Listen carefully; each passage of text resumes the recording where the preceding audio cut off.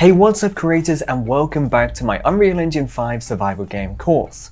In today's video, we're going to be showing you how we can set up a simple food pickup inside of our survival game. When you run over it, what's going to happen is that food's going to disappear and your hunger bar is going to go up.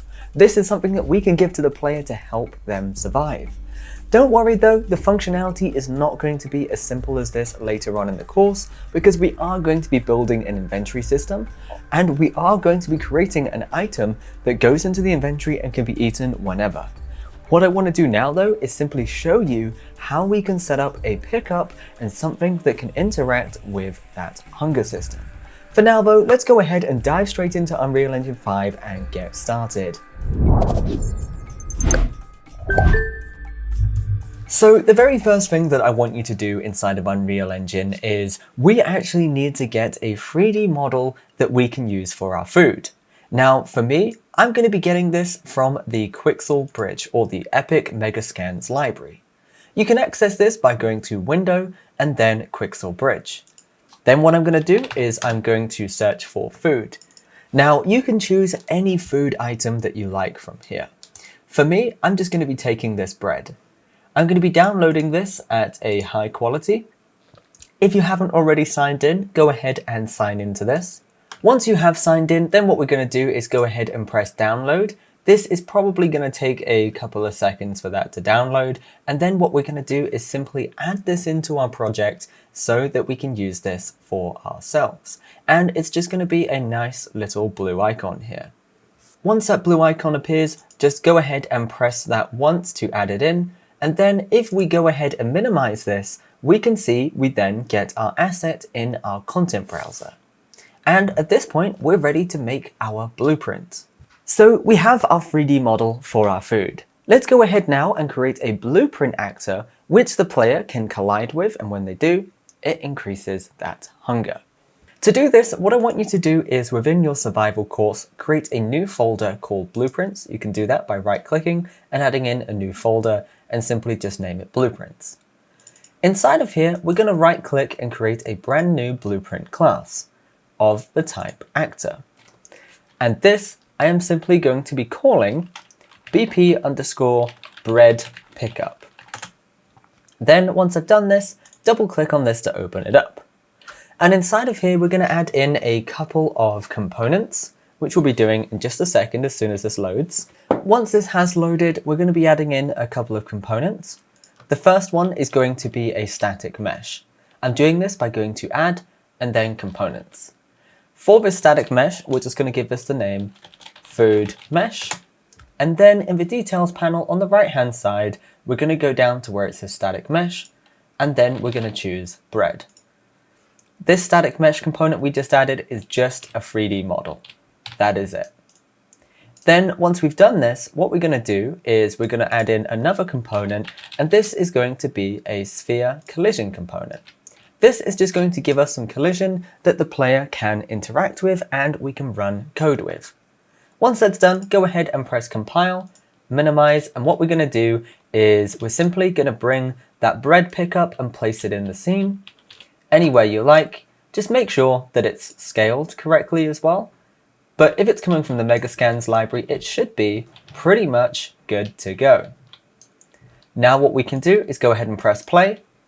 We can go find that bread by running up to it, and you can see it's here. But we can't really interact with it, but we can definitely see it. Okay, now that we have that bread in our scene and it's got collision, let's show you now how we can actually get the player to interact with this. Now, the way that we're going to be doing this is by simply taking that collision and creating what's called a begin overlap event. So when the player begins overlapping with this, we're essentially just going to make it increase the hunger and then just make that pickup disappear. Let's do that. To do this, we're going to go back within that blueprint that we created. Inside of here, what we're going to do is select our sphere collision that we made. Then in the Details panel on the bottom right-hand corner here, we're going to be creating an onComponent begin overlap event by just pressing the plus. Then what we have now is a trigger, and this trigger is going to be when something overlaps with this pickup. or that sphere collision rather. And we can determine who the other actor is. And for this, it's going to be, we only want this to trigger and work if it is our first person character that we've made. So as first person character, so other actor, we're going to cast to first person character. And if it is that, and the way we can check this is by using the isValid node. And if it is that, what we can do is we can simply take the first person character here. We can get a reference to the hunger. And then what we can do is we can simply tell it to set the hunger to the current value, which we've got here from using the get. And then we can add a value into this. So I could set this to 10, so it adds in 10 hunger every time we pick one of these up, or 20 hunger. And then set it just like that.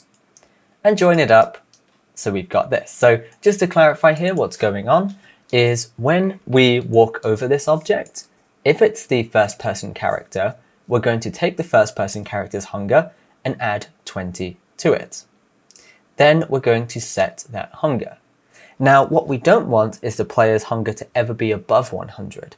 So what I'm actually going to do is, from the return node here, from my addition, I'm going to use the clamp float. And what that's going to do is simply allow me to set the minimum and maximum. The maximum value is simply going to be 100. And now the player can never go above 100 there. Make sure your target for your set node is the first person character by dragging that in there. Then go ahead and press compile and play. Let's go ahead and test this. If we press play, run over to our bread pickup here, we can see if we run over it, the hunger bar went up. And quite honestly, I can just keep doing that over and over again because we're not actually removing this bread pickup at all.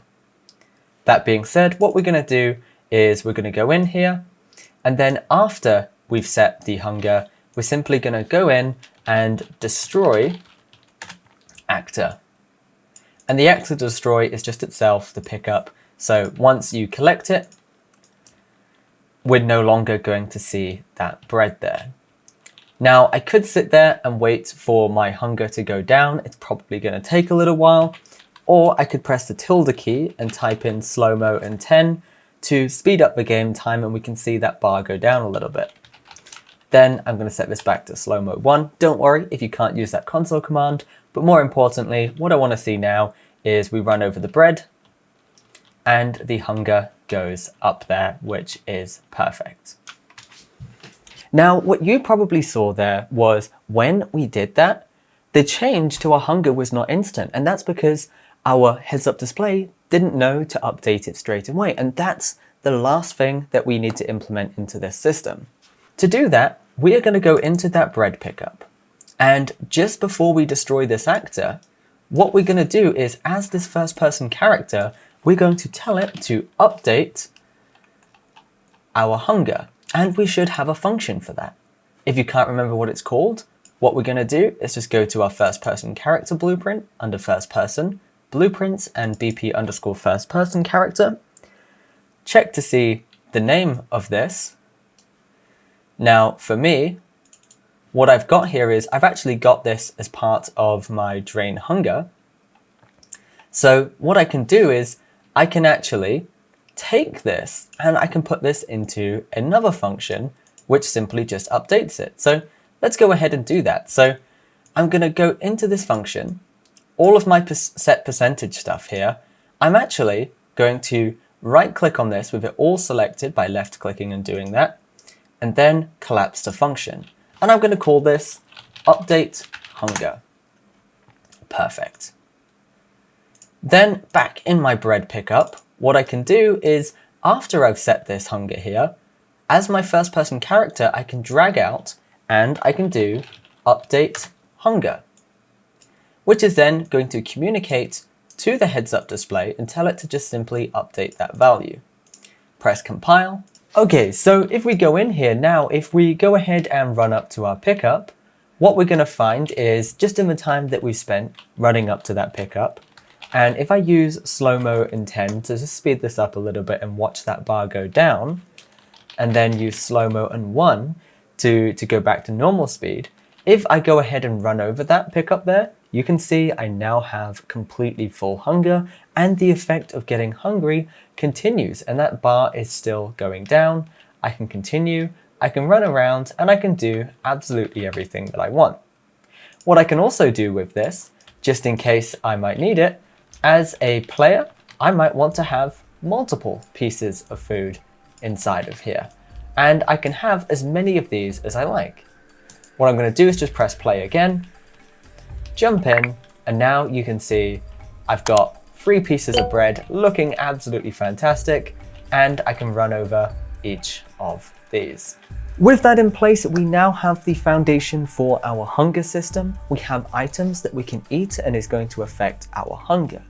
Like I said at the start of this video, we are going to be showing you later on in this course how we can actually get that item to go into the player's inventory. And with that, they can choose to eat it any time they want. For now though, jump into the next video in this course to carry on with our survival game. As always, stay awesome, keep curating, Virtus signing out.